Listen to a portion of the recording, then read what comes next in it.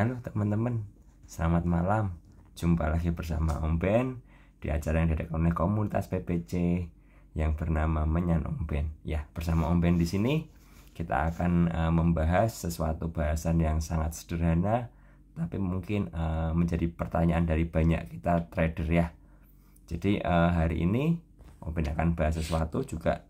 Nanti Om Ben akan bahas analisa dari saham-saham yang requestnya setelah di vote oleh teman-teman di grup Telegram para pencari cuan ya.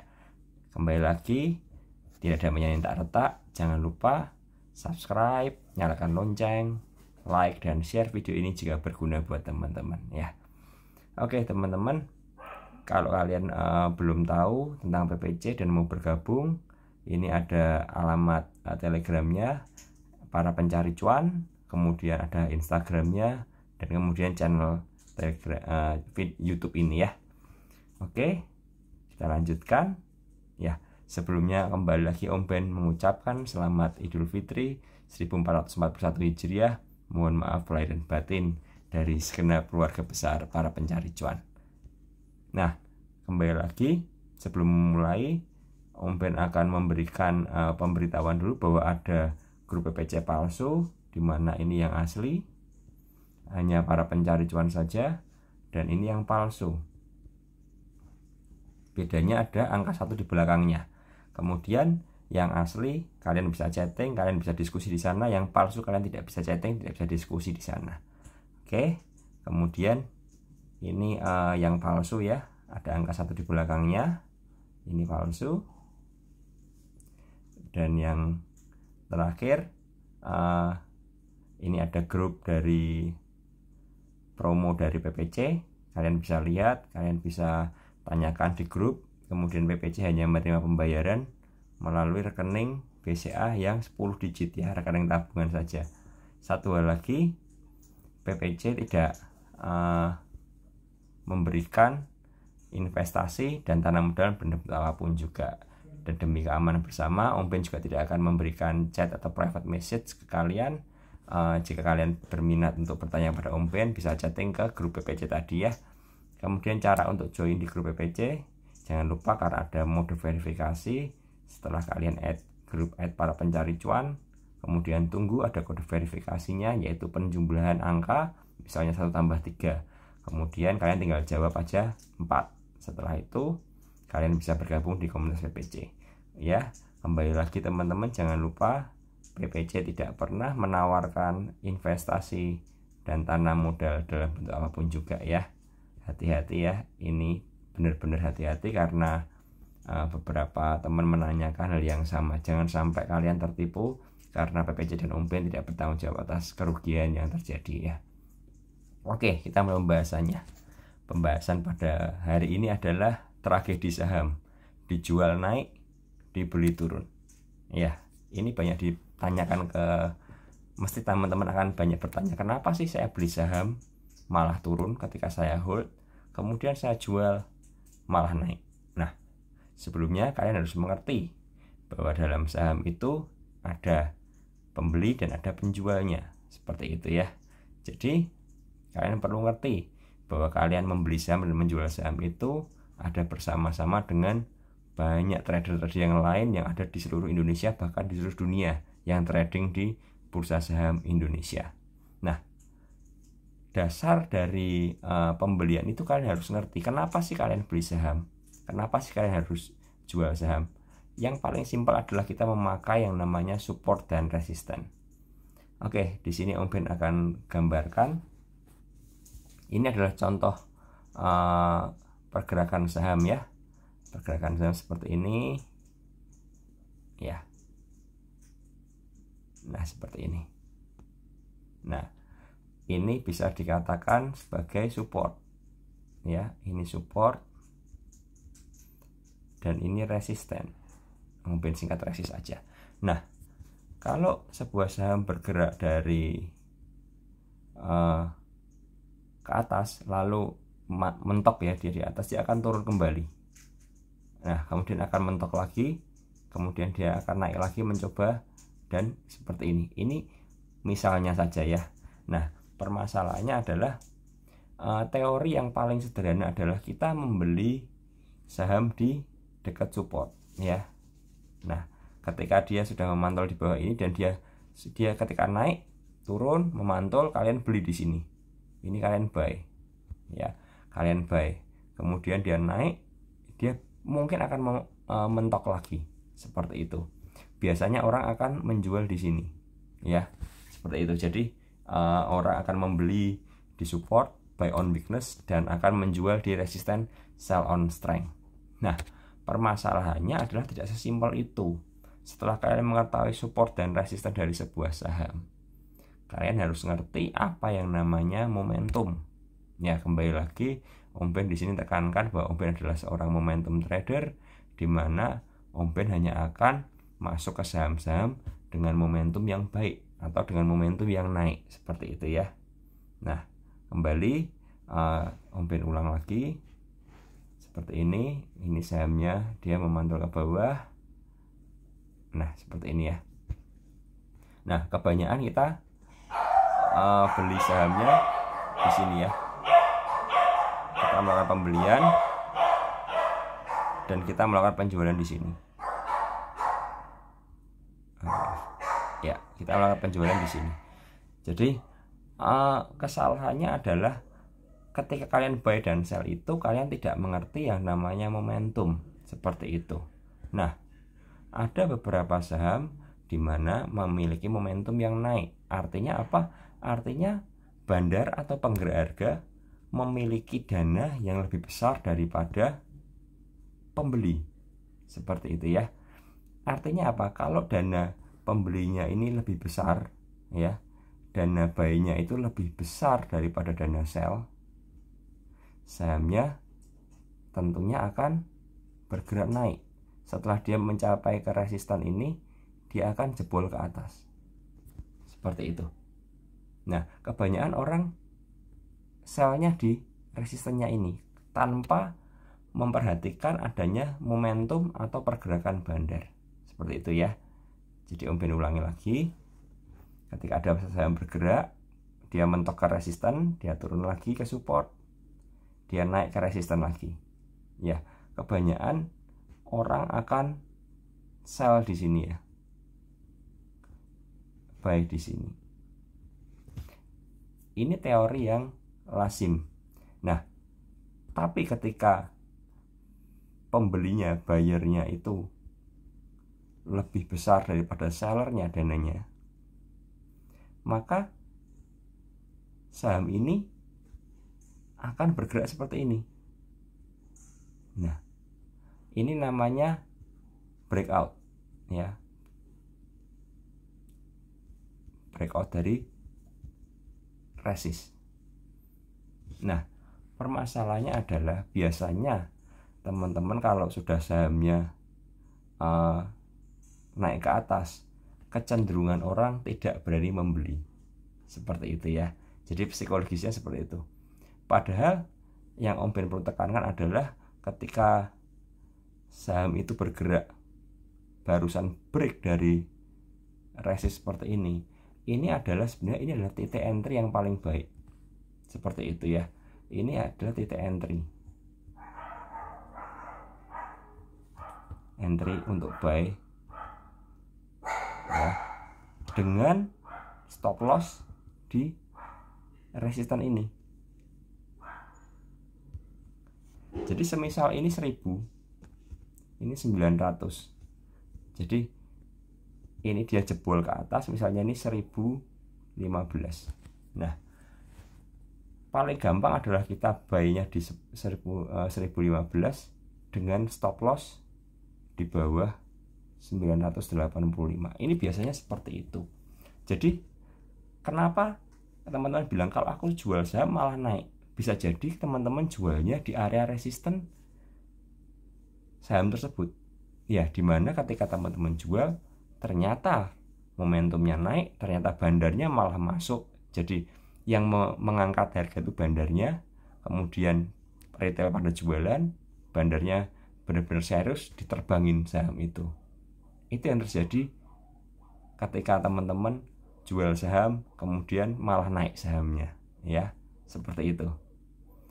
Atau yang kedua, teman-teman jual sahamnya malah di support, ya. Artinya apa teman-teman? Ketika di atas ini, di resist ini, teman-teman malah beli. Setelah beli di 1000 misalnya ya, di 1000 teman-teman berharap bisa di atas 1000 seperti itu. Tapi yang terjadi adalah malah turun ke bawah, turun ke bawah, turun ke bawah lagi sampai sini. Teman-teman mulai psikologisnya mulai bimbang, hold atau cut loss seperti itu ya. Nah, yang terjadi adalah ketika teman-teman sudah psikologisnya rusak, teman-teman malah sell di sini. Nah, yang terjadi apa? Ini ternyata support, mantullah dia ke atas lagi. Jadi teman-teman jual saham, harganya malah naik ya. Ada dua skenario yang terjadi seperti itu pada dasarnya. Jadi yang pertama saya ulangi, yang pertama adalah teman-teman beli di sini, dia naik, jebret ke atas, dia turun lagi, dia naik ke atas ini. Nah, ini di sini teman-teman jual, sell ya. Ternyata bandernya ternyata masuk di sini, malah breakout ke atas. Yang terjadi seperti itu. Jadi teman-teman jual, harganya malah terbang. Karena apa? Karena teman-teman hanya ngerti support resistance saja, tanpa mengerti yang namanya momentum, tanpa mengerti yang namanya volume, tanpa mengerti yang namanya bandarmologi. Ketika sudah sampai resisten, ternyata yang mengangkat harganya itu adalah bandarnya sendiri. Nah, itu terjadi saham-saham breakout dari sideways seperti itu ya. Atau contoh kasus kedua, teman-teman belinya di sini. Teman-teman beli di sini. Setelah beli, ternyata itu resistennya. Teman-teman tidak ngerti itu resist. Teman-teman harganya dibawa turun ke bawah. Teman-teman panik, lalu malah jual di sini. Setelah jual di sini, ini support, ternyata dia mantul ke atas. Nah, jadi teman-teman beli di pucuk, jual di bawah, ya. Itu yang terjadi. Jadi teman-teman beli, harganya malah turun. Teman-teman jual, harganya malah naik. Karena apa? Teman-teman salah titik beli. Seperti itu ya. Jadi perlu diperhatikan, teman-teman harus ngerti di mana support, di mana resisten. Itu yang pertama. Jadi lebih baik kita beli di support, kita bisa jual di resisten, itu lebih baik.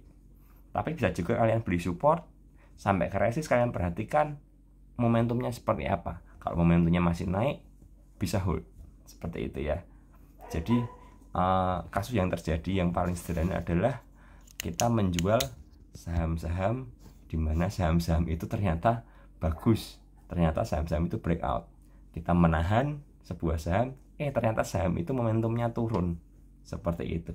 Makanya Om sarankan, kalau teman-teman beli saham, belilah saham yang momentumnya naik, iya, yang uptrend ya. Beli saham yang uptrend, ini beli saham yang uptrend.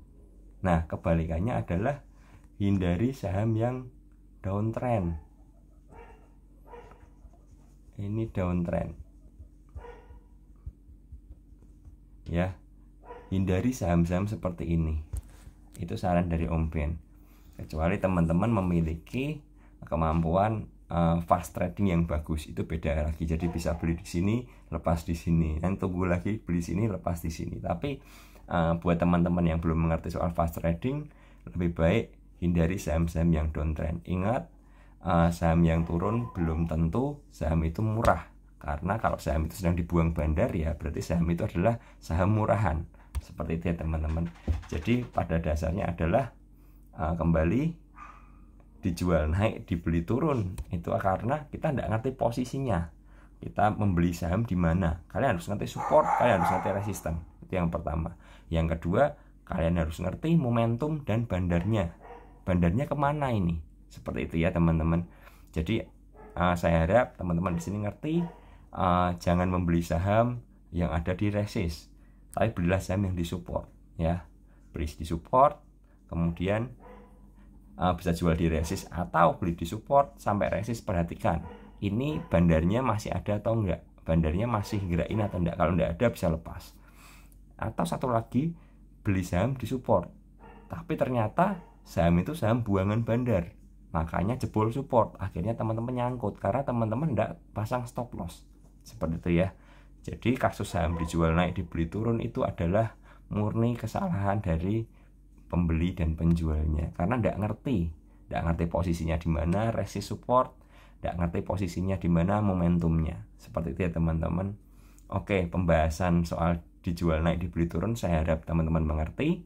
Kemudian saya akan lanjutkan dengan pembahasan saham-saham yang di voting oleh teman-teman yang ada di grup para pencari cuan ya. Teman-teman kalau gabung, kemarin Om Ben ada pembahasan saham-saham yang akan bisa di request. Oke, kali ini Om Ben akan pilih 5. Yang pertama adalah BBRI, yang kedua adalah Pegas, yang ketiga adalah Antam ya, yang keempat adalah Wika, dan yang kelima adalah ICBP. Oke ya, kita mulai dari BBRI. Oke, Om Ben akan membahas dengan menggunakan bantuan bot PPC ya, supaya lebih mudah. BBRI ini adalah sinyal ya, kalau ada panah seperti ini berarti ada sinyal buy ya, ada sinyal buy ya menurut sistem dari PPC. Kalau ada panah ke bawah ini sinyal sell ya. BBRI dalam kasus ini muncul sinyal buy kemarin. Oke, muncul sinyal buy. Setelah ada sinyal buy jangan langsung dibeli, tapi kalian harus ngecek MA-nya bagaimana dan garisan support resistance-nya bagaimana ya. BBRI ini dia berhasil jebol MA ya, dia berhasil break dari MA 10-nya di harga 2440. Ingat, saham yang mulai break dari MA 10 itu artinya saham itu mulai menuju masa uptrend atau naik ya. Itu starting point-nya. Jadi kalau saham-saham di bawah MA 10, saham itu masih belum menarik, seperti itu. Ya, BBRI ada di atas MA 10 di 2440. Nah, yang paling menarik lagi adalah ini. Kalau diperhatikan dari support resistennya, ternyata ada support di 2440 juga. Jadi 2440 di grup Om Ben selalu bilang 2440 itu angka krusial ya. Angka krusial buat BBRI. Support penting BBRI ada di 2440. Nah, kemudian resist BBRI ini resistnya ada di 2580. Perlu kalian perhatikan bahwa resist 2580 ini adalah resist kuat. Karena apa?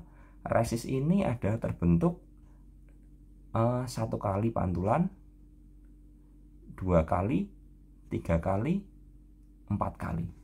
Artinya resist ini terbentuk dari support yang dijebol sebelumnya ya. Jadi resist adalah support yang dijebol sebelumnya. Support yang dijebol sebelumnya itu berubah jadi resist ya. Karena selama BBRI waktu masih di atas dia ada support kuat di 2580 karena 4 kali memantul. Jadi 4 kali memantul ini support kuat. Tapi percobaan kelima dia gagal. Dia jebol bawah. Artinya support yang tertembus itu menjadi resisten ya. Support yang tertembus menjadi resisten. Nah, masalahnya adalah 2580 ini adalah support kuat pada waktu itu. Support kuat yang diuji 4 kali. Nah, support yang kuat yang diuji 4 kali ini tertembus dan menjadi resisten. Resisten kuat tentunya. Karena itu hati-hati dengan BBRI. BBRI ada resist kuat di sini 2580 ya. Sedangkan supportnya ini belum tentu sekuat resistnya karena baru 1 kali percobaan saja, seperti itu ya. Tapi ini di sini dia BBRI mantul-mantul seperti ini sampai akhirnya dia jebol ke bawah. Jadi teman-teman buat yang punya BBRI, hati-hati, waspadai, angka krusialnya adalah 2440 buat support, dan resistnya ada di 2580 untuk resistnya. Kalau ini bisa jebol ke atas, maka akan bagus sekali buat BBRI ya. Itu pembahasan soal BBRI. Jadi 2440 dan 2580. Hati-hati ya teman-teman, pasang stop loss dan tetap disiplin. Kemudian kita lanjut saham yang kedua, yaitu saham Pegas. Saham Pegas ini terakhir ada sinyal sell dan belum ada sinyal buy lagi. Kembali kita lihat bagaimana MA-nya. MA Pegas berada di bawah MA10 ya. Masih berada di bawah MA10 di 839. Artinya Pegas ini masih belum bisa dikatakan memiliki momentum yang baik ya. Seperti itu. Kemudian dari segi support dan resistennya dan garis trendline-nya ini, buat teman-teman yang punya Pegas, berhati-hati, titik krusial Pegas ada di angka ini, 790 dan 780, karena dia punya garis trendline ini ya. Garis trendline ini tidak boleh tertembus. Kalau ini tertembus, momentum dia untuk naik akan hilang, dia akan turun ke bawah ya. Jadi hati-hati di sini 790 780, karena kalau sampai angka ini jebol, ini dia berpotensi turun ke 730 dan 605. Hati-hati ya. Jadi batas toleransi dari Pegas adalah di 730. Itu toleransi terakhir ya, karena ini dia masih berada dalam kotak sideways-nya ini, masih di box-nya ini. Pegas belum bisa break ke atas ya. Hati-hati. Tapi bagi teman-teman yang belum punya, menurut Om Ben, teman-teman bisa mulai cicil di harga 790 dan 735 ya. Cicil bahaya di situ. Di bawah 730 hati-hati, pasang stop loss ya. Oke, itu Pegas. Jadi Pegas selama ini masih bergerak sideways, momentum juga belum terlalu baik. Kalau teman-teman mau buy on weakness bisa di tadi 780 dan 730 ya.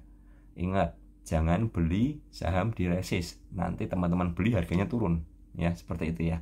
Jadi beli saham di support. Kemudian saham berikutnya adalah Antam. Antam ini juga belum ada sinyal buy, terakhir sinyal sell ya, seperti itu. Bagaimana dengan MA-nya?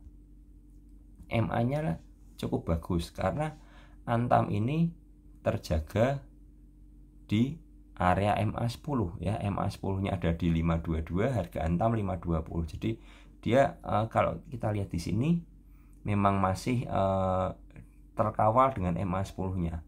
Nah, waspada kalau besok Antam turun dari MA10-nya.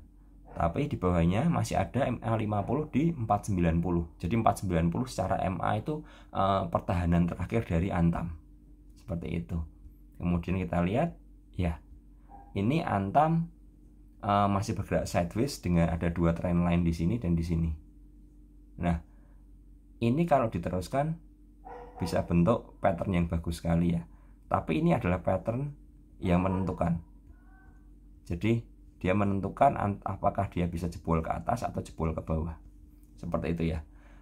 Buat teman-teman yang sudah punya, diperhatikan bahwa 490 tadi titik krusialnya. Karena kalau itu jebol, dia akan turun cukup dalam ya. Tapi secara garis resistennya ada di 540. Jadi kalau yang belum punya, menurut Om Ben yang belum punya, bisa tunggu di harga 490 atau tunggu ketika Antam breakout ke atas. Seperti itu ya. Jadi ini posisi yang kurang baik. Kalau mau cicil, boleh beli sedikit di area 505. Tapi jangan banyak-banyak ya, karena cukup berbahaya Antam ini. Jadi karena dia masih sideways. Jadi diperhatikan kalau mau kawal ketat ya 505 dan 540. Ini area sideways-nya ya. Di bawah itu bisa jebol dari supportnya ya. Hati-hati untuk Antam. Tapi so far Om Ben melihat Antam ini masih menarik ya, masih menarik sekali. Jadi kalau mau spek buy bisa, tapi diatur bener-bener ya, mulai bisa antri di 505 saja menurut Om Ben, atau 510. Jangan kejar harga di atas ya. Oke, itu untuk Antam.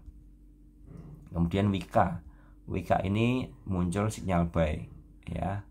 Kemudian bagaimana dengan MA-nya? Ya, Wika berada di atas MA 10, tapi masih belum bisa kuat untuk jebol ke atas MA 50 ya. Ini sahamnya masih cukup bagus momentumnya Wika. Nah, kita lihat Wika bertahan di atas trendline ya. Ini garis putih ini trendline-nya. Ya, ini trendline-nya. Oke, trendline-nya ini ada di 924. Ada di 924. Jadi Wika sekarang di 960. Buat teman-teman yang belum punya, Om Ben sarankan tidak kejar karena ada resist di 975.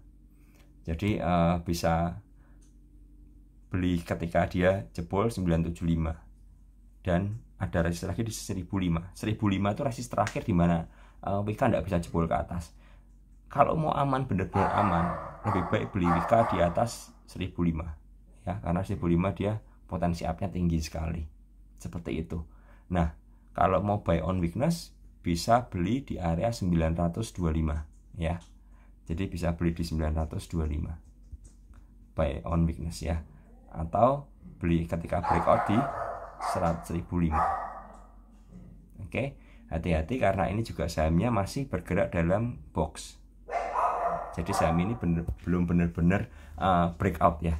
Jadi buat teman-teman yang sudah punya Wika dijaga, supportnya ada di 925, 920, resistnya ada di 1005 dan 975. Oke, itu pembahasan dari Wika. Kemudian yang terakhir ada ICBP. ICBP belum ada sinyal buy, belum ada sinyal sell juga ya, masih jauh sekali. Ini saham bergerak sideways. Kita lihat MA 10-nya ya, terlihat masih berjuang di antara MA 10, artinya memang benar-benar saham ini sideways tapi dalam tren yang menurun, karena kita lihat MA 50-nya terus turun. Seperti itu ya. Untuk support resistannya kita lihat, nah ini lebih terlihat lagi bahwa ini trennya turun.